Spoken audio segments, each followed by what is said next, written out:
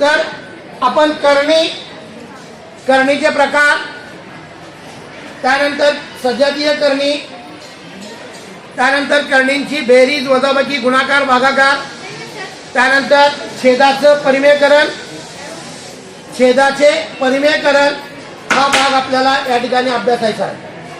इयत्ता 8वी मध्ये आपण कोणत्याही संख्येचं म्हणजे वास्तव संख्येचं वर्गमूळ किंवा घनमूळ काढण्याचा आपण अभ्यास केला.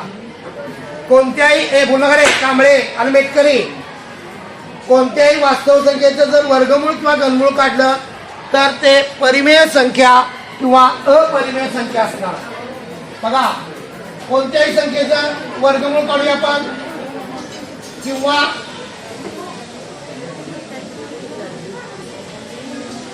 घनमूळ काढल्यानंतर ते वर्गमूळ किंवा घनमूळ हे परिमेय किंवा अपरिमेय संख्या असणार आहे. आपण ज्यावेळी इयत्ता 8वी मध्ये भागाकार पद्धतीनं पूर्ण वर्ग संख्येचं वर्गमूळ काढलं, त्यानंतर पूर्ण वर्ग नसलेल्या संख्येचं सुद्धा वर्गमूळ काढलं. ज्यावेळी पूर्ण वर्ग संख्येचं वर्गमूळ काढलं त्यावेळी त्या ठिकाणी बाकी शून्य आली होती आपली आणि भागाकाराची क्रिया थांबली. त्याच पद्धतीनं ज्यावेळी आपण एखाद्या अखंड आवर्ती दशांश अपूर्णांकाला किंवा p/q या परिमेय संख्येला जर दशांश रूप दिलं त्यावेळी जर बाकी शून्य आली तर आपण भागाकाराची क्रिया थांबवली. जर दिलेली संख्या पूर्ण वर्ग नसेल तर त्या संख्येचं जे वर्गमूळ आहे ते वर्गमूळ पूर्ण काय आहे कसल्या द्या द्या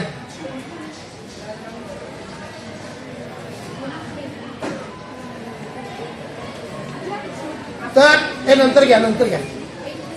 तर अशा पद्धतीनं ज्या संख्येचं वर्गमूळ परिमेय संख्या असणार आहे त्या संख्यांना आपण करणी संख्या म्हणणार आहे. आता उदाहरणार्थ आपण बघा, 2 आणि वर्गमुळात 2, 2 ही परिमेय संख्या आहे आणि वर्गमुळात 2 ही अपरिमेय संख्या आहे. आता वर्गमुळात 2 ही परिमेय संख्या का? तुम्हाला दिसणाऱ्या संख्या सारख्या दिसतात, पण 2 ही परिमेय संख्या आहे आणि वर्गमुळात 2 ही अपरिमेय संख्या आहे. जर मी 2चं वर्गमूळ काढायला लागलो तर त्या ठिकाणी वर्गमूळ जे येणार आहे ते अखंड आवर्तीमध्ये नसणारी संख्या येणार आहे. म्हणजे वर्गमुळात 2 किंवा 2चं वर्गमूळ हे अपरिमेय संख्या असणार आहे आणि अशा संख्यांचा या प्रकरणामध्ये आपल्याला अभ्यास करायचा आहे. म्हणजे थोडक्यात लक्षात ठेवायचं असेल तर ज्या संख्येचं वर्गमूळ पूर्ण संख्या नाही त्या संख्यांना करणी संख्या म्हणायचं. आता वर्गमुळात 2 जर आपण वर्गमूळ काढला, आता वर्गमुळात 2 ही अपरिमेय संख्या आहे, कारण ही वर्गमुळात 2 ही अपरिमेय संख्या आपण संख्यारेषेवर दाखवली. त्यासाठी आपण पायथागोरस सिद्धांताचा वापर केला. त्यानंतर वर्गमुळात 5, त्यानंतर वर्गमुळात 3, वर्गमुळात 11 अशा बऱ्याच संख्या आहेत. या संख्येचं जर आपण वर्गमूळ काढलं तर ते वर्गमूळ पूर्ण संख्या असणार नाही किंवा जे वर्गमूळ निघणार आहे ती अखंड आवर्तीमध्ये नसणारी अपरिमेय संख्या आपल्याला मिळणार आहे. म्हणजे थोडक्यात आता मला सांगा, या ठिकाणी वर्गमुळात 4 ही करणी संख्या आहे का? सांगा, 4चं वर्गमूळ 2, म्हणजे आपण 4चं वर्गमूळ 2 आपण काढू शकतो. म्हणजे वर्गमुळात 4 ही करणी संख्या नाही. आता उदाहरणार्थ वर्गमुळात 16, 16चं वर्गमूळ 4, वर्गमुळात 25, वर्गमुळात 121, 11 म्हणजे याचं वर्गमूळ आपण काढलं. पण वर्गमुळात 2, वर्गमुळात 5, वर्गमुळात 3, वर्गमुळात 11, वर्गमुळात 24 असेल म्हणजे ज्या संख्येचं वर्गमूळ आपण सांगू शकणार नाही किंवा ज्या संख्येचं वर्गमूळ ही अपरिमेय संख्या असणार आहे अशा संख्यांना करणी संख्या असं म्हणतात. आणि ही संख्या आपल्याला लिहिताना आपण चिन्हाचा वापर करणार आहे. हे जे चिन्ह आहे, आता या चिन्हाला काय म्हणायचं आहे? करणी चिन्ह. काय म्हणायचं त्याला? करणी चिन्ह.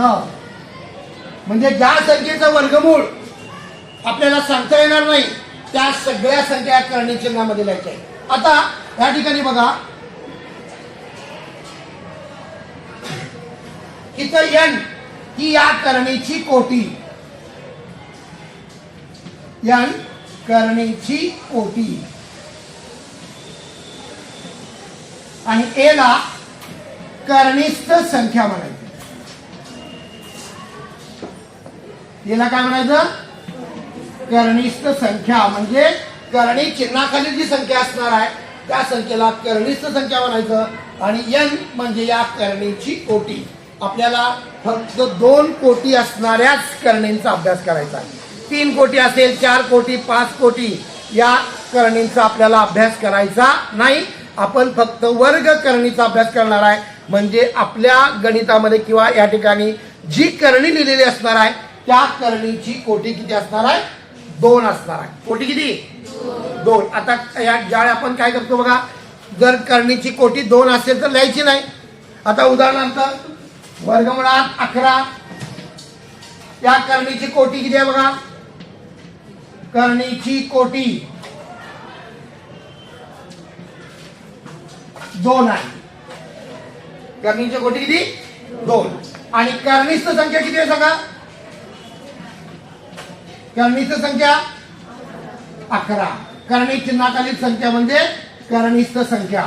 आता मला सांगा या करणीची कोटी किती? कोटी नसेल तर एनच्या ठिकाणी कोणती संख्या आहे का? जर एनच्या ठिकाणी कोणती संख्या नसेल तर तिची किंमत 2 म्हणायची. कारण आपण वाचताना कसं वाचणार आहे? वर्गमुळात 11. आता वर्गमुळात 11 हे जर मला अपूर्णांकामध्ये लिहायचं असेल तर 11चा घातांकामध्ये लिहायचं असेल तर 11चा 1/2 घातांक. ह्या दोघांची किंमत एकच आहे. मी काय केलं? 11चं वर्गमूळ काढलं आणि वर्गमूळ लिहिताना त्या संख्येचा घातांक 1/2 लिहायचा किंवा ती संख्या अशा पद्धतीनं वर्गमूळ चिन्हात लिहायची. आता त्या वर्गमूळ चिन्हाला आपण काय म्हणणार आहे? करणी म्हणणार आहे. बरोबर आहे का? मग वाचायची कसं बघा. वर्गमुळात 11 वर्गमुळात 37 या दोन्ही करणींची कोटी किती आहे? 2 आहे. आणि आपण जी गणित सोडवणार आहे त्या सगळ्या करणींची कोटी 2 असणार. कोटी किती असणार आहे? 2. आता मला सांगा, तुम्ही म्हणा 2 कुठून काढलं? तर इथं n ची किंमत किती आहे? 2 आहे. ती लिहायची नाही. आता उदाहरणार्थ बघा, सांगा कोटी किती? कोटी 3. बरोबर आहे. आणि करणीची संख्या 17. याची कोटी किती? याची कोटी किती? बरं लक्षात आला. आपण कोटी लिहित नाही किंवा कोटी दिली नसेल तर त्या करणीची कोटी 2 मानायची. लक्षात येत आहे? जर त्या करणीची कोटी दिली नसेल तर त्या करणीची कोटी किती असणार आहे? 2 असणार आहे.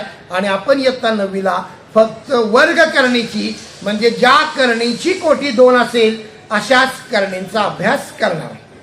याच्या लक्षात? म्हणजे करणी संख्या म्हणजे काय? ज्या संख्येचं वर्गमूळ अपरिमेय संख्या असतं त्या संख्यांना करणी संख्या म्हणतात. आणि त्यासाठी या करणी चिन्हाचा वापर करायचा. n वर्गमुळात a. याचा अर्थ काय? a चे nवे मूळ. याचा अर्थ काय? a चे nवे मूळ. याचा अर्थ काय हो? 11चे दुसरे मूळ, 37चे दुसरे मूळ, 17चे किती मूळ आहे? 17चं तिसरं मूळ. लक्षात येते? म्हणजे आपण जी संख्या लिहिणार आहे ती संख्या लिहिण्यासाठी या करणी चिन्हाचा वापर करायचा.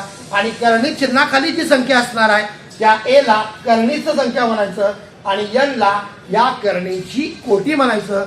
आपल्या गणितामध्ये प्रत्येक ठिकाणी करणीची कोटी किती असणार आहे? 2. लक्षात येते? करणीची कोटी किती असणार आहे? 2. लिहून घ्या. व्याख्या लिहून घ्या. व्याख्या लिहा. करणी करणी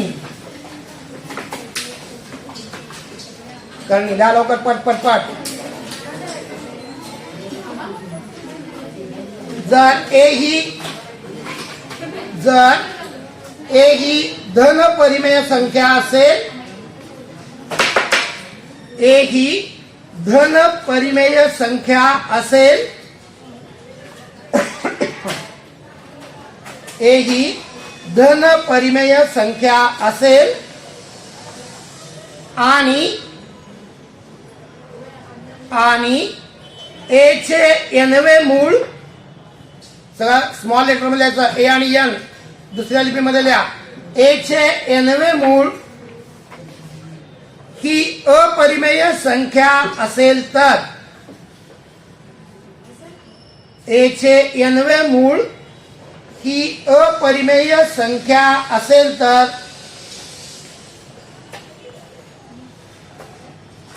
असेल तर एक्स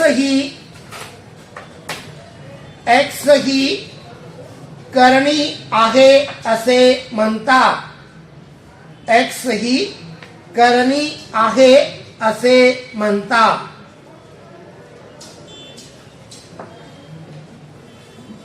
लिहायचं.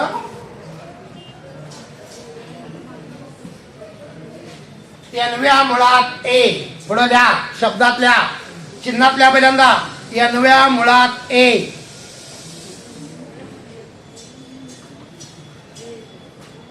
दिलं. ही करणी संख्या असेल तर, ही करणी संख्या असेल तर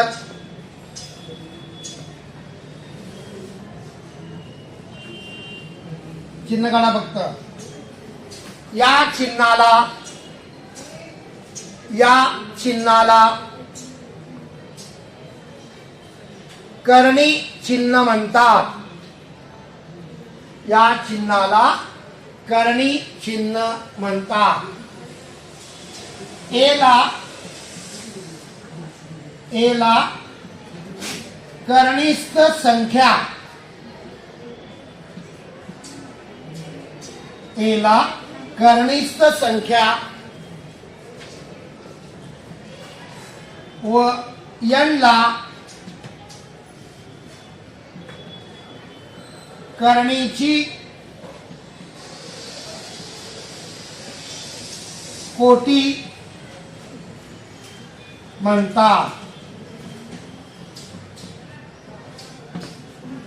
याला काय म्हणायचं? याला काय म्हणायचं? करणीस्थ संख्या.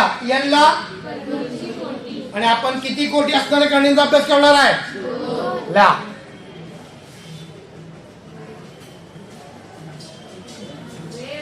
उदाहरणार्थ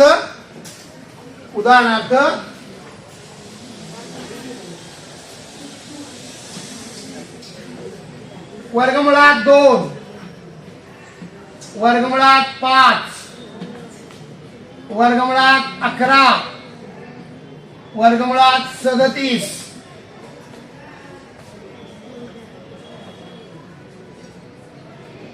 या सर्व करणी संख्या आहेत, किंवा या सर्व करणी आहेत. या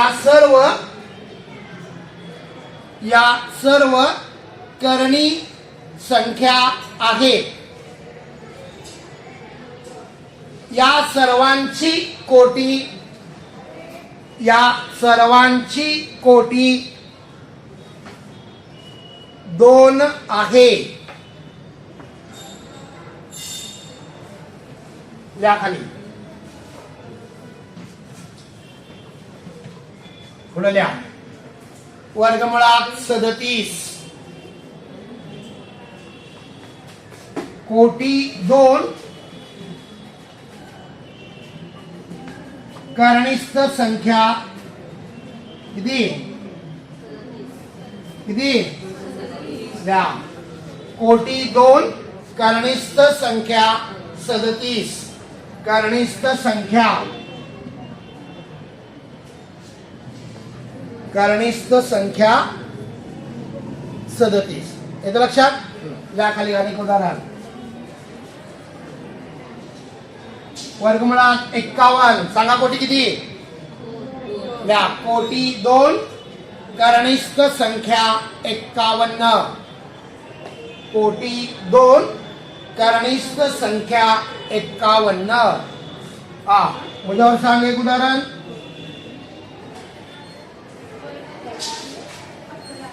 अकरा आल्या. वर्गमुळात 11. या वर्गमुळात 11. बसा खाली. सांगा कोटी किती? नारायण सांग.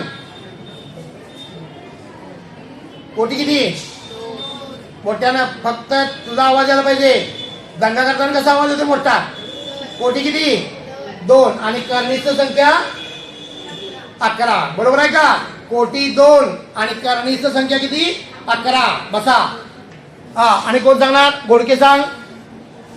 उदाहरण सांग एक. किती? वर्गमुळात 55 कोटी लिहा. कोटी 2 कनिष्ठ संख्या 55 कनिष्ठ संख्या 55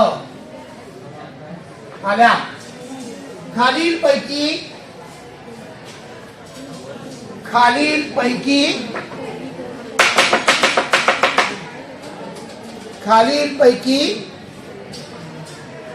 कोणत्या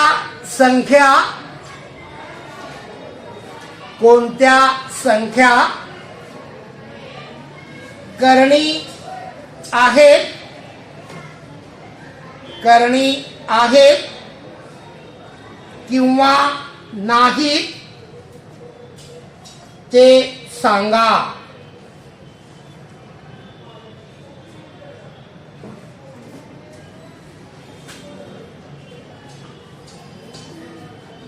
एक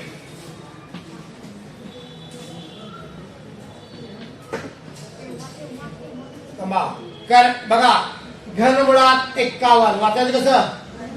त्याची कोटी किती आहे? आणि करणीची संख्या 51. मला सांगा 51चं घनमूळ काढायचं. काढता येते काढता,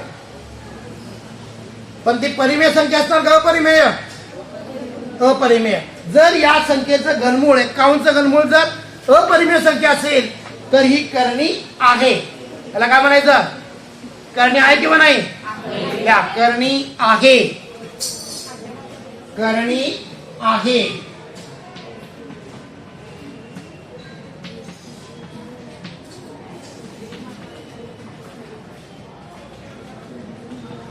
सांगा वर्गमुळात 16चं वर्गमूळ 16चं वर्गमूळ 4. द्या, मग ही करणे आहे का? वर्गमूळ निघालं. वर्गमूळ 4 ही परिमेय संख्या आहे. मग वर्गमुळात 16 ही करणे आहे का? द्या, करणी नाही. करणी नाही कारण 16चे वर्गमूळ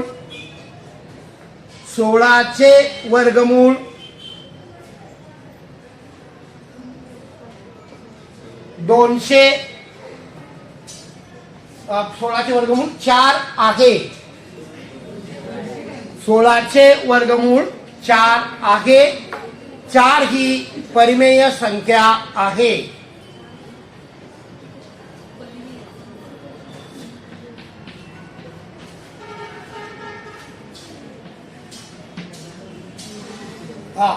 कोण वाचणार?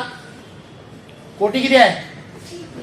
वाचायचं कसं? घनमुळात 81. 81चं घनमूळ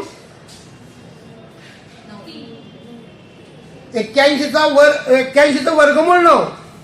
आता मला सांगा, मग मी जर 3चा 4 वेळा गुणाकार केला तर काय ना सांगा मला? 3 त्रिक 9 त्रिक 27 27 त्रिक 81. म्हणजे 81चं चतुर्थ मूळ जर काढलं तर ते 3 येणार आहे. पण 81चं जर घनमूळ काढलं तर ते अपरिमेय संख्या येणार आहे. मग ही संख्या ही करणी आहे किंवा नाही? करणी आहे. करणी आहे.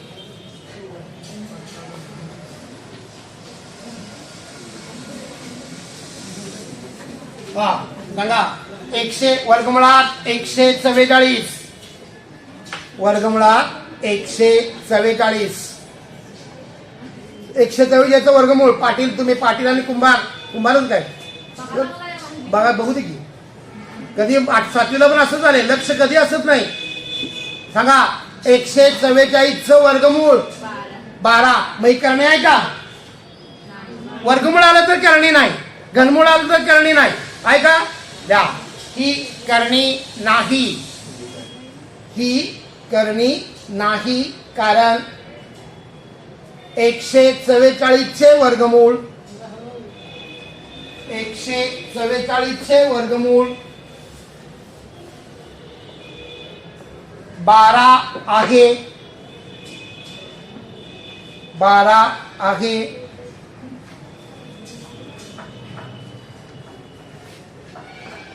12 ही परिमेय संख्या आहे. 12 ही परिमेय संख्या आहे. त्या करणीचे प्रकार.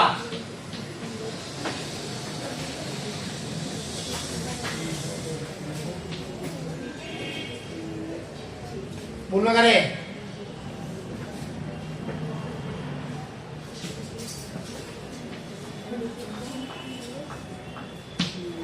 हा कोण वाचणार? पहिली करणे वाचा. कोणके वाच? वर्गमुळात 3. बसा. डोळे पुढे बरा. हे वाच.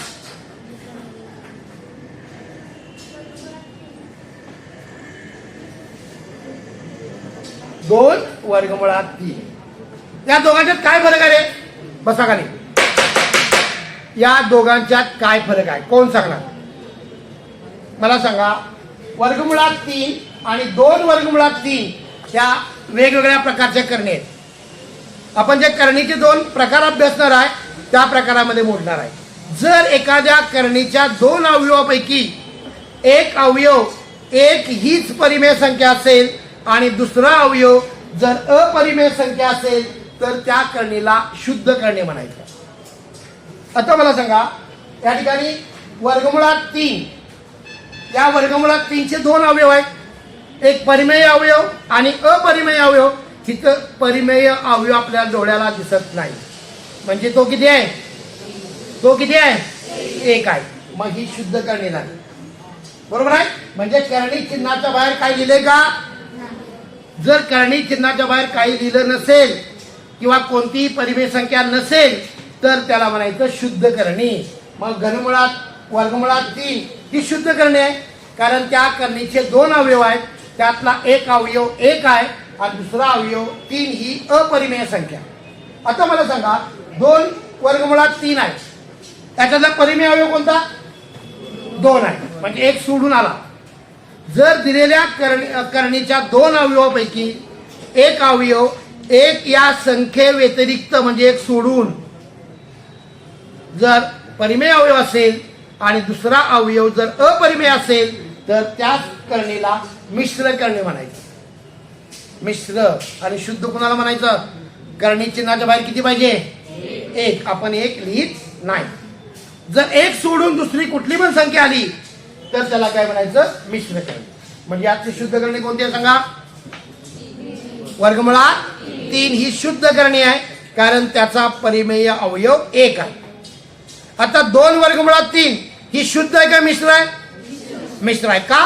तर या करणी संख्येचा 2 हा परिमेय अवयव आहे आणि 3 ही अपरिमेय अवयव आहे. बरोबर आहे का? म्हणजे जर एखाद्या करणीच्या 2 अवयवापैकी एक अवयव 1 हीच परिमेय संख्या असेल तर आणि दुसरा अवयव जर अपरिमेय असेल तर त्या करणीला शुद्ध करणे म्हणायचं. म्हणून वर्गमुळात 3 ही शुद्ध करणे आहे. आता मला सांगा. शुद्ध आहे का मिश्र आहे? शुद्ध आहे का मिश्र आहे? कारण या करणीच्या बाहेरचा परिमेय अवयव किती आहे? 1 आहे आणि अपरिमेय अवयव किती आहे? 11 आहे. मला सांगा.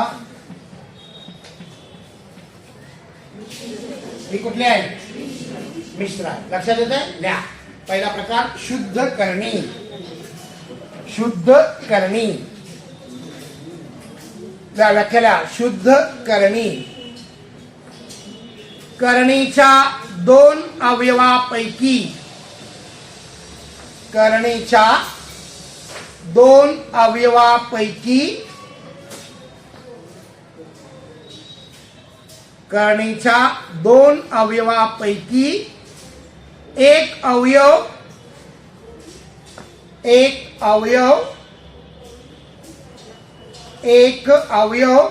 एक हीच परिमेय संख्या एक हीच परिमेय संख्या व दुसरा अवयव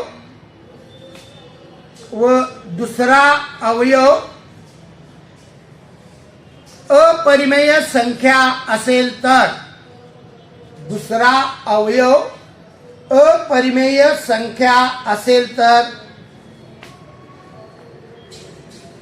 अशा करणीस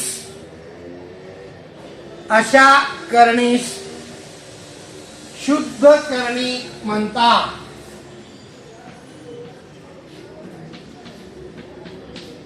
लिहा पहिल्यांदा वर्गमुळात 3 उदाहरण लिहा. वर्गमुळात 3 वर्गमुळात 11. मला सांगायचं आहे शुद्ध करणीची उदाहरण सांगा. कुठली पण संख्या घ्यायची आणि ती करणीची ना फक्त ती पूर्ण वर्ग संख्या असू नये. सांगा कोणाडी सांग. सांग की वर्गमुळात किती लिहूया. 4 नाही. वर्गमुळात 4 लिहिले तर 4चं वर्गमूळ 2 आहे. वर्गमुळात 4 ही करणी संख्या नाही. बघा 1 4 9 16 25 36 49 64 81 100 ह्या संख्या सोडून सांग. 22. हा द्या वर्गमुळात 22 बरोबर. हा आणि कोण सांगणार. साक्षी पाटील सांग. ए बोल ना रे. हा लिहा वर्गमुळात 12. नुसतं 12 म्हणायचं नाही. वर्गमुळात 12. कनेरे सांग. लिहा वर्गमुळात 32. अन्सारी सांग. लिहा वर्गमुळात 42. हे निकम बोलत बसायचं नाट घालला जायचं नाही. नाही ते एकमेकाचं नाव सांगायचं नाही. हा ए बाळ एकमेक मला माहित आहे. गोड म्हणे बरा सांग उदाहरण. वर्गमुळात 20. लिहा वर्गमुळात 20. हा मग तुम्हाला शुद्ध आणि मिश्र करणीचा फरक कळाला. शुद्ध करणीमध्ये त्या 2 अवयवापैकी एक अवयव एक हीच परिमेय संख्या आपण एक लिहित नाही. जर लिहिलं नसेल तर ती शुद्ध करणी आणि जर करणीच्या बाहेर एखादी संख्या लिहिली असेल तर ती मिश्र करणी. लक्षात येत आहे. 2 मिश्र करणी. कुंभार 7वी 8वी नुसतं बोलत गेले. 9वी पण कधी जाणार. आता गेले 3-4 महिने संपलेतच.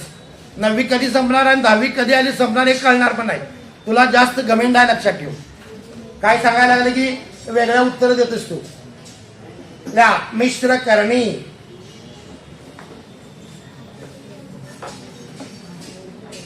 करणीच्या 2 अवयवापैकी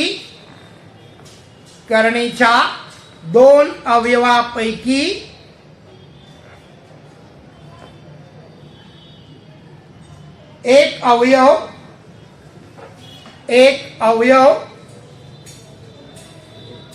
एक या संख्ये व्यतिरिक्त म्हणजे एक सोडून एक या संख्ये व्यतिरिक्त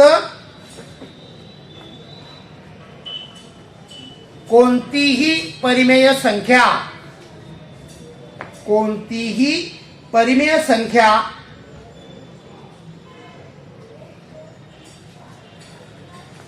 व दुसरा अवयव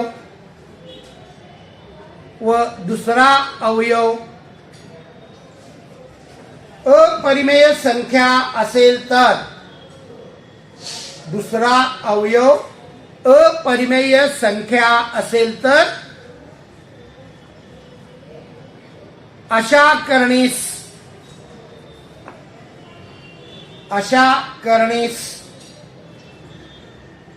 मिश्र करणी असे म्हणतात.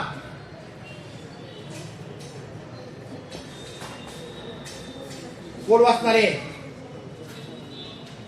कसं वाचायचं. 2 वर्गमुळात 3. लिहा उदाहरणार्थ 2 वर्गमुळात 3. लिहा 2 वर्गमुळात 3. सोडबिलम द्या. 5 वर्गमुळात 7.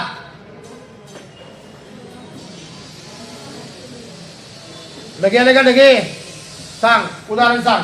बघ आता इथं आपण लिहिलंय त्याच्या पुढे कुठली पण संख्या सांगायची एक सोडून सांग. बरोबर. लिहा 4 वर्गमुळात 11. 2 नंबर बेंच सांग बरं. आता इथं सांग वर्गमुळात 22 आहे त्याच्या पुढे कुठली पण संख्या सांग. मोठ्या सांग. 2 वर्गमुळात 22. लिहा 2 वर्गमुळात 22. 2 वर्गमुळात 22. हा सांग. आता ही संख्या वाच किंवा मला तू तुम्हाला वाच. हा सांग. 6 ना. अल्या 6 वर्गमुळात 12. 6 वर्गमुळात 12. फाळणे उभारा फाळणे. शिगावकर उभारा. वाच. ही वाच पहिल्यांदा संख्या. वर्गमुळात किती आहे दिसत नाही. वर्गमुळात 32 ही शुद्ध करणे आहे. आता मिश्र करणे सांग मला. याच्या पुढे काय लावूया. 10. 6 का 10. अरे बाज खाली गेला जरा. 6 वर्गमुळात 32. समजलं. शुद्ध आणि मिश्र. शुद्ध करणीमध्ये परिमेय अवयव 1 असतो आणि मिश्र करणीमध्ये परिमेय अवयव 1 सोडून कोणतीही संख्या असते. लक्षात येते. आपल्याला काय करायचं बघा. शुद्ध करणीचं मिश्र करणीत रूपांतर करायचं आहे आणि मिश्र करणीचं शुद्ध करणीत रूपांतर करायचं आहे. दोन्ही प्रकार आपल्याला अभ्यासायचे आहेत. ल्या खाली शुद्ध करणीचे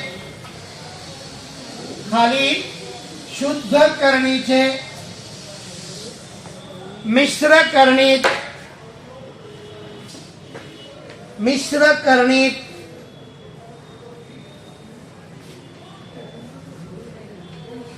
रूपांतर करा.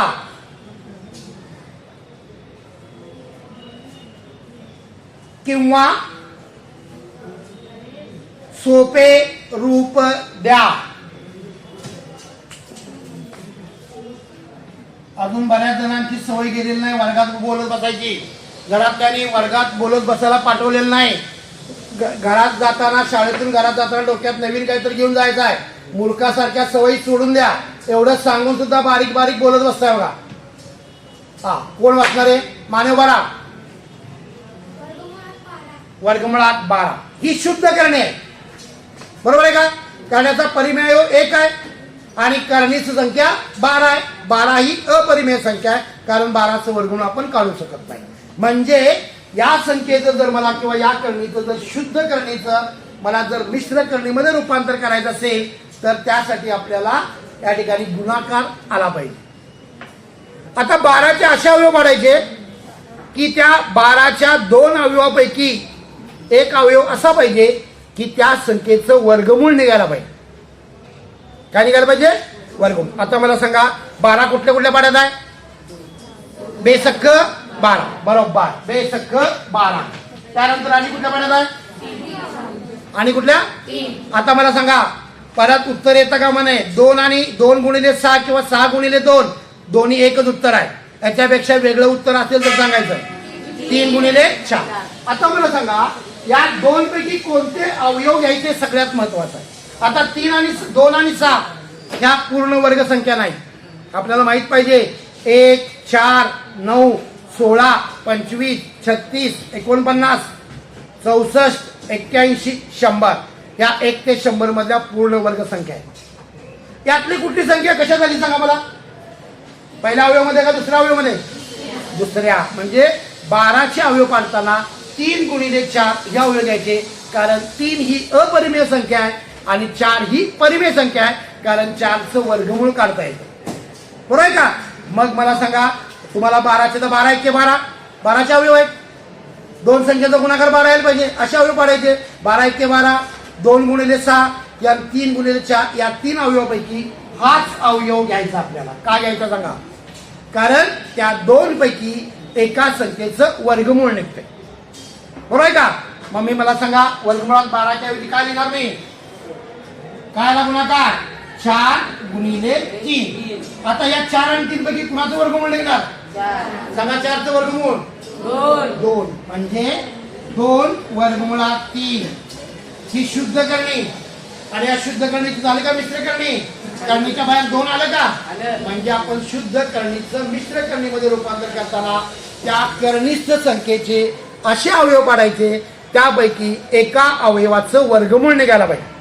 त्यासाठी प्रत्येकानं आपल्या वहीमध्ये लिहून ठेवा 1 4 9 16 25 36 49 लिहा 1 4 9, 16, 25, 36, 49, 64, 81, 100 या संख्या त्या द्यायला पाहिजे. यापैकी कोणती एक संख्या आली तोच अवयव आपल्याला या ठिकाणी क्रॅक करणीचे अवयव पाडायला घ्यायचे आहेत.